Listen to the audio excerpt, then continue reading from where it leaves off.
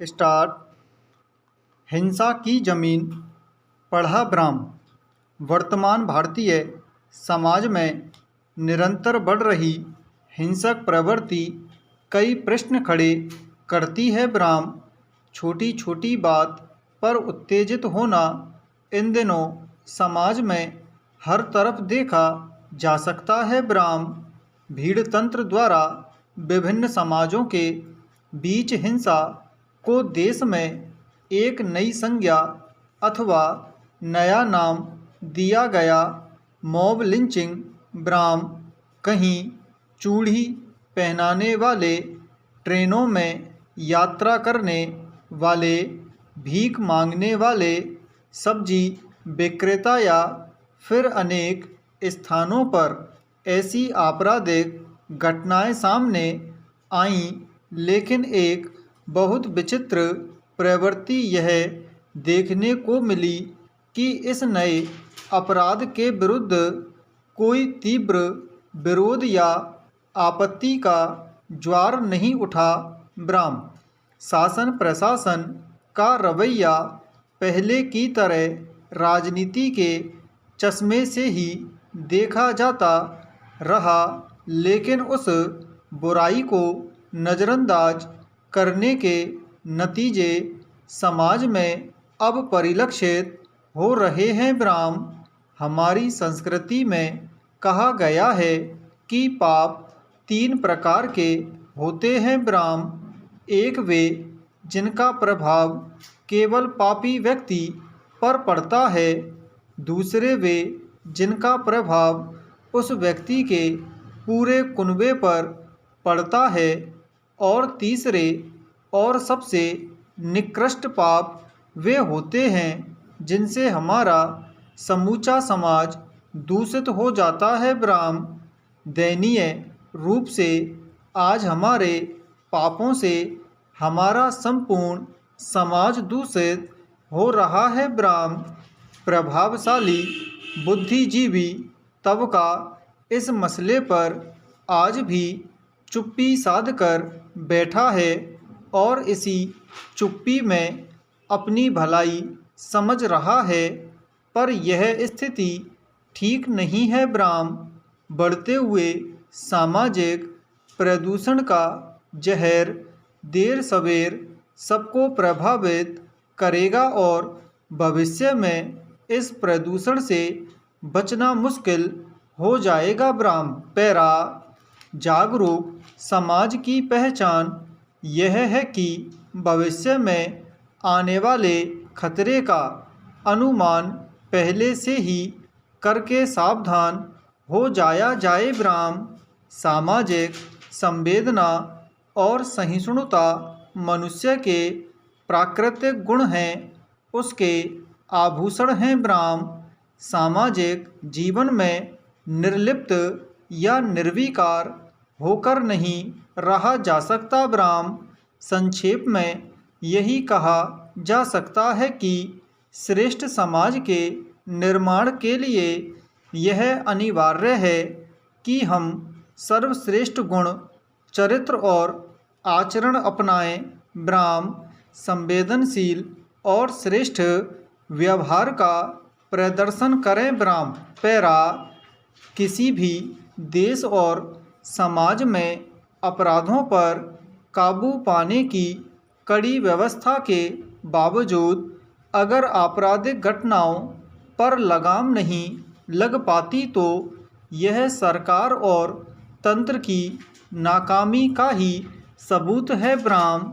मगर इसमें भी अगर बच्चों के खिलाफ न सिर्फ अपराध की घटनाएं लगातार जारी हों, बल्कि उनमें न्याय मिलने की दर भी काफ़ी धीमी हो, तो यह एक बेहद अफसोसनाक स्थिति है ब्राह्म। हमारे देश में बच्चों के बहुस्तरीय उत्पीड़न और उनके यौन शोषण जैसे अपराधों की रोकथाम में जब पहले के कानूनी प्रावधान नाकाफ़ी साबित हुए, तब पॉक्सो यानी यौन अपराधों से बच्चों का संरक्षण अधिनियम जैसी विशेष व्यवस्था की गई ब्राह्म, मगर आज भी हालत यह है कि इस कानून के तहत परिभाषित अपराधों के शिकार बहुत सारे बच्चे और उनके परिजन इंसाफ में में बैठे हैं ब्राह्म। सवाल है कि बच्चों को जघन्य अपराधों से बचाने और न्याय दिलाने के लिए विशेष तंत्र गठित किए जाने के बावजूद ऐसे मामलों की सुनवाई या इस पर फैसला आने की रफ्तार इस कदर धीमी क्यों है? प्रश्न पैरा। गौरतलब है कि हाल में संसद में सरकार ने यह जानकारी दी है कि देश भर में बच्चों के खिलाफ अपराध की धाराओं के तहत दर्ज 50,000 से ज़्यादा मामलों में बच्चों को न्याय का इंतज़ार है ब्राह्म। ये वे मामले हैं जो 1 साल के भीतर दर्ज किए गए हैं ब्राह्म, जहां कम से कम दर्ज मामलों को ही निर्धारित या फिर जल्दी निपटाने और न्याय की व्यवस्था होनी चाहिए थी। वहीं अब केंद्र सरकार इससे संबंधित मुकदमों को अंजाम तक पहुंचाने के लिए समय को 3 वर्ष और बढ़ाने की तैयारी कर रही है ब्राह्म।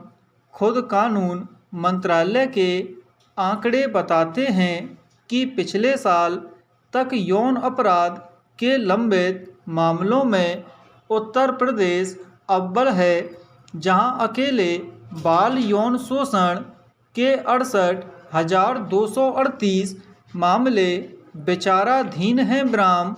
रिपोर्ट में बताया गया है कि केंद्र शासित प्रदेश और राज्यों के पास कुल 1,98,208 मामले लंबित पड़े थे, जिनमें से सरकारी एजेंसियों ने कुल 64,959 का निपटारा किया है ब्राह्म। यह तब है जब इस प्रकार के मुकदमों की सुनवाई और फैसले के लिए 768 त्वरित विशेष अदालतों का गठन किया गया है, जिनके तहत 418 विशिष्ट पॉक्सो न्यायालय मौजूद हैं ब्राह्म। यही नहीं, पॉक्सो के तहत दर्ज मामले में त्वरित सुनवाई और सजा दिलाने के लिए 2 महीने की समय सीमा भी तय की गई है ब्राह्म। मगर व्यवस्था के बरक्स हकीकत बहुत अलग है ब्राह्म। पैरा। यह छिपा नहीं है कि यौन शोषण और इस प्रकृति के अन्य उत्पीड़न के लिहाज से बच्चे हर जगह और हर वक्त किस स्तर के जोखिम से गुजरते हैं ब्राह्म। घर के बाहर से लेकर दहलीज के भीतर भी कई स्तरों पर उन्हें यौन उत्पीड़न और शोषण को झेलना पड़ता है ब्राह्म। सामाजिक आग्रह और सोचने समझने के सलीके इस कदर तंगंजरी के शिकार हैं कि कई बार आरोपी व्यक्ति के अपने परिवार या पड़ोसी होने की वजह से मामलों को दबा दिया जाता है ब्राह्म। कहा जा सकता है कि एक ओर समाज में परंपरागत मानस और रूढ़ धारणाओं की वजह से, तो दूसरी ओर सरकारी और न्यायिक तंत्र की जटिल व्यवस्था के चलते बच्चों को अपने खिलाफ होने वाले यौन अपराधों से उपजी जटिलताओं का सामना करना पड़ता है ब्राह्म। यह ध्यान रखने की ज़रूरत है कि शोषण के चक्र में पिसते और इंसाफ से वंचित बच्चों से जैसी पीढ़ी तैयार होगी वह किसी भी समाज और देश के हित में नहीं होगी। विराम।